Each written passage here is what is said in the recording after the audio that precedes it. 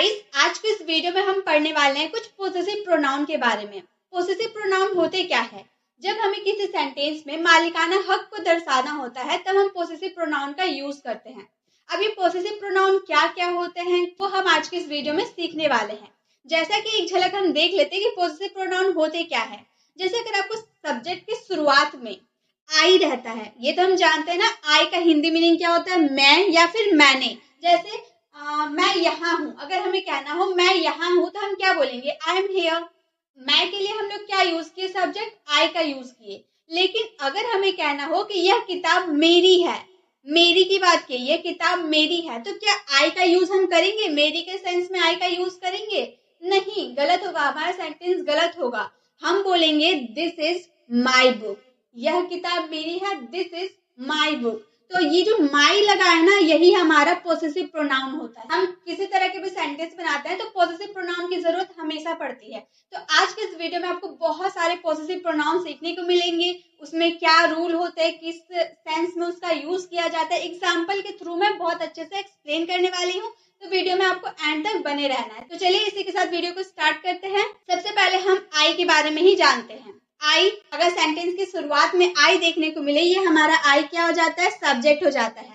Subject I, आई का मतलब होता है मैं या फिर मैंने। मैं या फिर मैंने, जैसे मैंने यह देखा, या फिर मैं यहाँ हूँ, मैं खेल रहा हूँ। जब इस तरह के सेंटेंस मैं या फिर मैंने देखने को मिलता है तो उसमें हम आई का यूज करते हैं। लेकिन अगर हमें यह किताब मेरी है, यह मेरा बुक है, ऐसा कहना होता है, तब हम माई या फिर माइन का यूज करते हैं। माई या फिर माई, आई का यूज नहीं करते हैं। आई का पोसेसिव प्रोनाउन हो जाता है माई या फिर माइन। इसका रूल हम देख लेते हैं कि क्या रूल है इसका। आई के सापेक्ष में हमेशा माई या माइन का प्रयोग होता है। किसके सापेक्ष में? आई के, मतलब आई के जगह पे हम माई या फिर माइन का यूज करते हैं। या किसी वाक्य में किसी चीज को मेरा, मतलब मालिकाना हक दिखाता है, मेरा, यह किताब मेरा है, मेरा सूचित करने के लिए हमेशा माई या माइन का प्रयोग होता है। जब आपके सेंटेंस में मेरा मेरी देखने को मिलता है तो उसमें आपको माई या फिर माइन का प्रयोग करना होता है।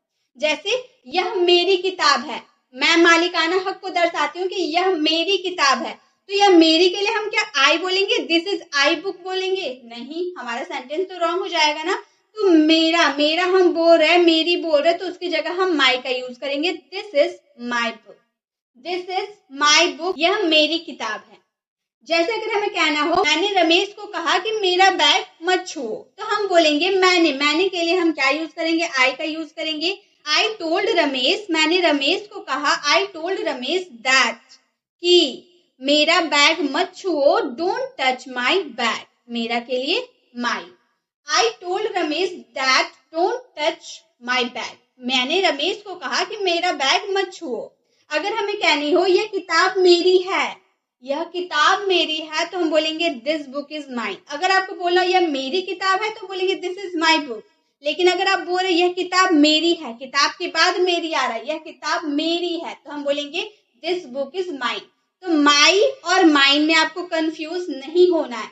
जब आप बोलेंगे, जब आपका मेरी, किताब से पहले जो भी आपका थिंग्स की बात कर रहे हो उससे पहले अगर मेरी आ रहा है तो उसमें आपको माई का यूज करना है।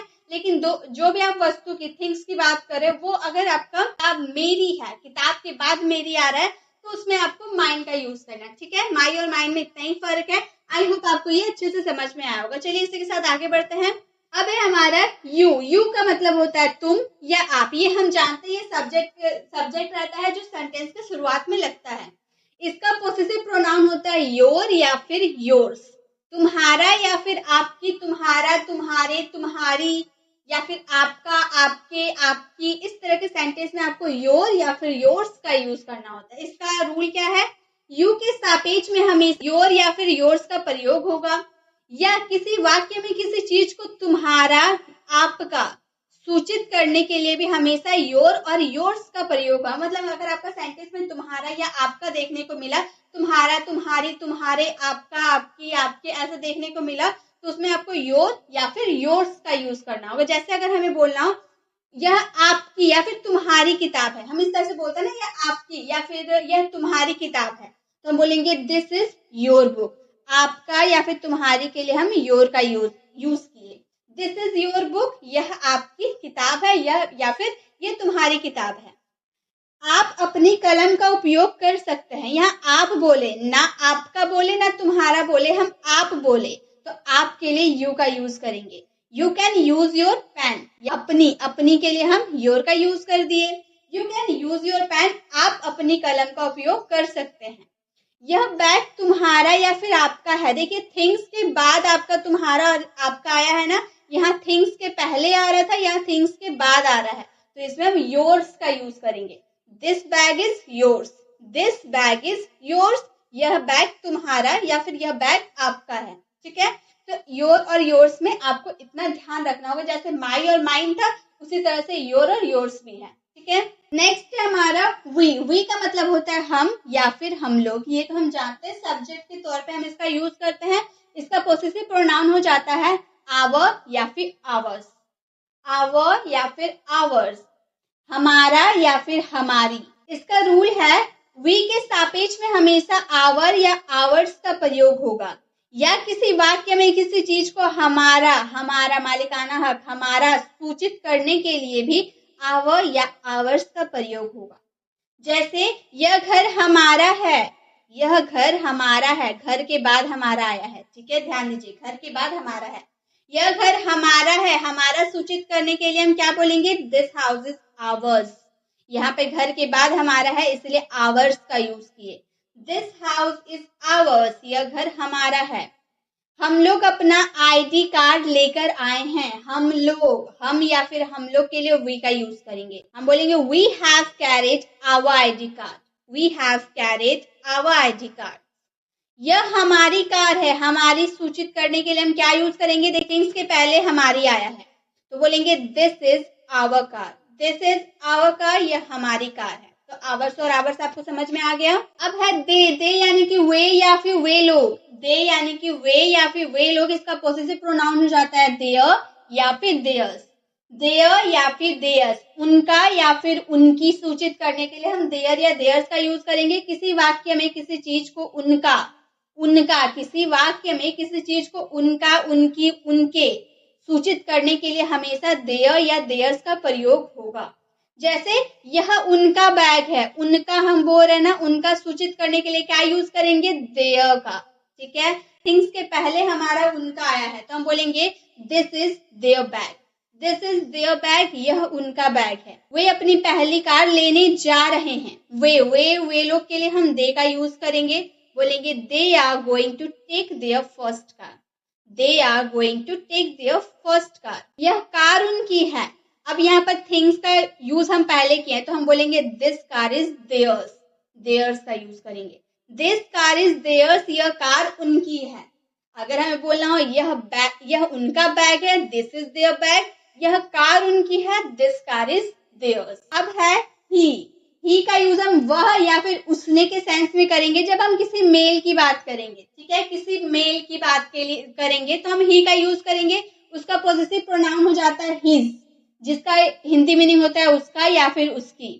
ही के सापेक्ष में हमेशा हिज का प्रयोग होगा, ही के सापेक्ष में हमेशा हिज का प्रयोग होगा, या किसी वाक्य में किसी चीज को उसका सूचित करने के लिए भी हिज का प्रयोग होगा। जैसे यह उसका मोबाइल है, किसका, उसका, उसका हम मेल के लिए यूज करें, ये हम पहले ही देखें, ये मेल के लिए यूज होगा। ठीक है, यह उसका मोबाइल है, दिस इज हिज मोबाइल।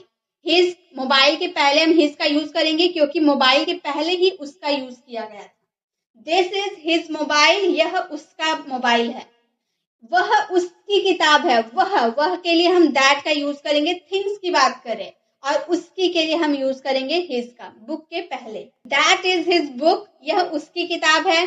उसे उसकी कलम मिल गई, उसे के लिए ही, उसे उसने के लिए he got his pen, he got his pen, उसे उसकी कलम मिल गई। नेक्स्ट है हमारा सी यूज करेंगे वह या फिर उसने के सेंस में जब हम फीमेल की बात करेंगे। जब हम फीमेल की बात करेंगे, किसी स्त्रीलिंग की बात करेंगे, तब हम सी का यूज करेंगे। इसका पॉसेसिव प्रोनाउन हो जाता है हर या फिर हर्स, हर या फिर हर्स। जब हमारा हिंदी वाले सेंस होंगे उसका या फिर उसकी, उसका या फिर उसकी, किसी फीमेल के लिए। ठीक है, स्त्रीलिंग के लिए, किसी लड़की के लिए, औरत के लिए हम सी का यूज करेंगे और उसका पॉसेसिव प्रोनाउन हो जाता है हर या फिर हर्स।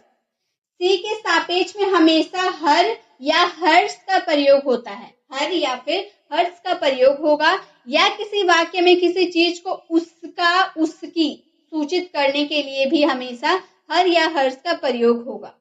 जैसे अगर आपको कहनी हो यह उसका बैग है, हम यहाँ फीमेल की बात करें, ठीक है, हम यहाँ फीमेल की बात कर रहे हैं, यह उसका बैग है मतलब उस लड़की का बैग होगा, ठीक है, तो यह उसका बैग है, this is her bag, this is her bag, bag के पहले उसका है ना, इसलिए हम बैग के पहले हर का यूज किए, दिस इज हर बैग, यह उसका बैग है, वह अपने काम के लिए यहाँ है, she is here for her work, this is here for her work, सी यूज किया हम लोग वह के लिए, वह अपने काम के लिए यहाँ है, she is here for her work, यह कार उसकी है, उसकी, तो हम बोलेंगे this car is hers, car के बाद उसकी आया है ना, इसीलिए हम बोलेंगे दिस कार इज हर्स, यह कार उसकी है, ठीक है, सी भी समझ में आ गया। चलिए इसी के साथ आगे बढ़ते हैं।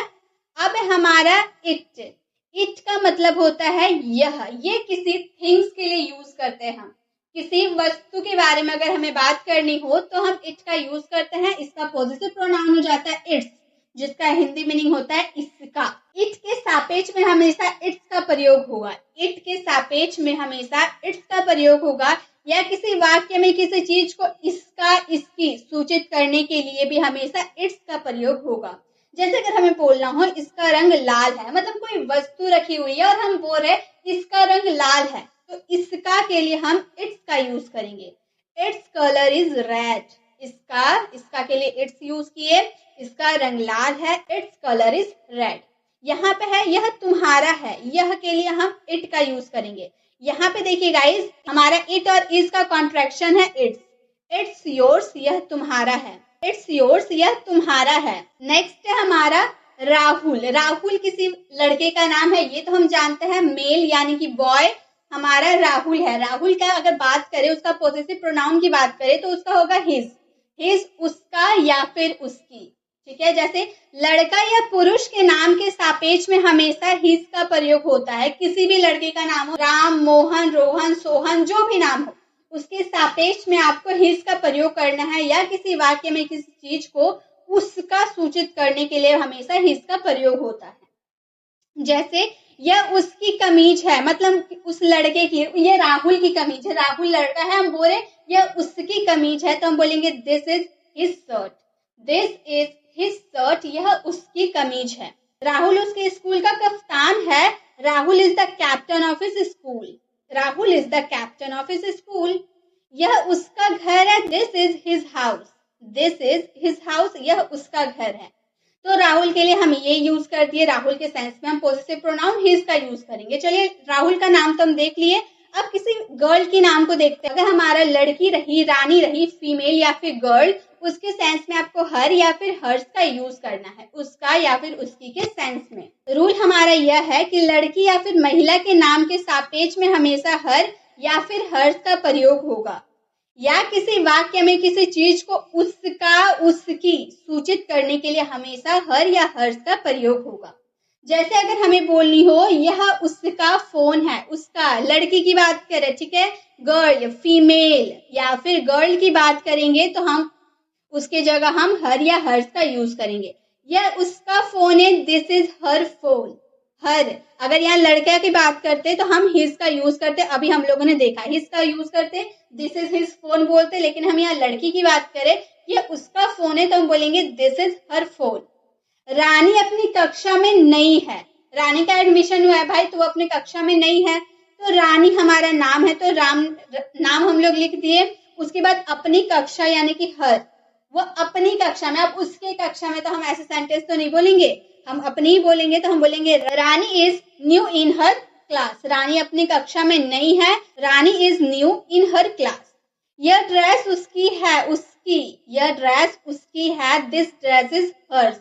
यहाँ ड्रेस के बाद उसकी का यूज हुआ है, इसलिए हम लोगों ने लास्ट में हर्स का यूज किया, दिस ड्रेस इज हर्स, यह ड्रेस उसकी है। तो गाइस इसी के साथ हम लोगों ने आज सभी तरह के पॉसेसिव प्रोनाउन को सीख लिया। अब आप कोई सा भी सेंटेंस बनाइएगा तो आपको समझ में आ जाएगा कि कहाँ माई का यूज करना है, कहाँ माइन का, कहाँ आवर्स किसका यूज कब करना है, लास्ट में क्या लगाना है, कब कहाँ लगाना है, सब अच्छे से मैंने एक्सप्लेन किया है। अगर आपको जरा सा भी डाउट हो रहा है ना, तो फिर से आप ये वीडियो को देखिए, क्योंकि किसी भी सेंटेंस को बनाने के लिए इसे जानना बहुत ही जरूरी होता है।